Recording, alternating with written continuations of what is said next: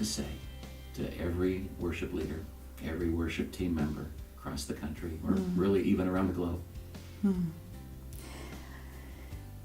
The voice of the church is the most powerful voice on the planet, and she is the most powerful force on the planet. And everything that we don't do in faith is sin. The most important treasure sitting in front of you is the bride of Jesus Christ, and the faith that's in there. And our job is to fan it into flame and to add fuel to it and see it ignite. And by faith, we can take the entire earth for the Lord, like the waters that cover the seas. His kingdom will come, but it's a by faith thing. And the reason I say that is because it's the currency of the kingdom. It's the actual currency of the kingdom. I'll make it legal. I'll tell you where in the Bible. So the story of the rich young ruler. He asked what he must do to be saved. And Jesus said, sell everything you have and give it to the poor. Well, in that one tiny thing, Jesus addressed all of our issues. All of them. Sell everything you have. That causes you to actually have to value each thing you have. He didn't say give it away. Give it away is easy. Yeah. Give it away gives you still the prerogative of saying, I'd like to give you this. This was my mother's. Mm-hmm. And so you become the giver. Yeah. God's the only giver. Mm-hmm. Yeah. He didn't say give it away. He didn't say throw it away. That would be bad stewardship. He actually gave the horrible assignment of having to value a thing. Once you value our stuff, you realize it's junk. But not just value it, sell it. Try to find an actual buyer for it.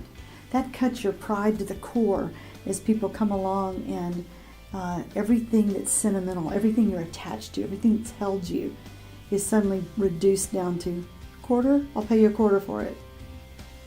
And then it cuts across all family ties too.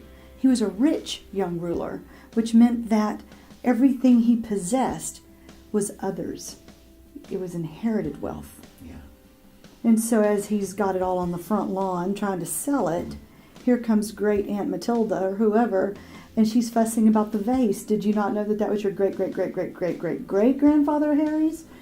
And suddenly there's all kinds of contention. And you're not allowed to just say, here, you do it, because the command was sell everything you have. And then the next thing is, and give it to the poor. Oh, you suddenly realize that the amount of wealth that you have, regardless of what it is a drop in the bucket. There's no way to solve the problem. It reduces you down to helpless and dependent on the Lord. That one statement cut to the crux of everything. But then he said something remarkable. Sell everything you have, give it to the poor, and then there you will have treasure in heaven. And there's the secret right there. If you're going to go to Europe, you need to exchange your American currency for what? Euros. It's the exchange rate. The exchange rate of the kingdom is the faith to store your treasure in heaven.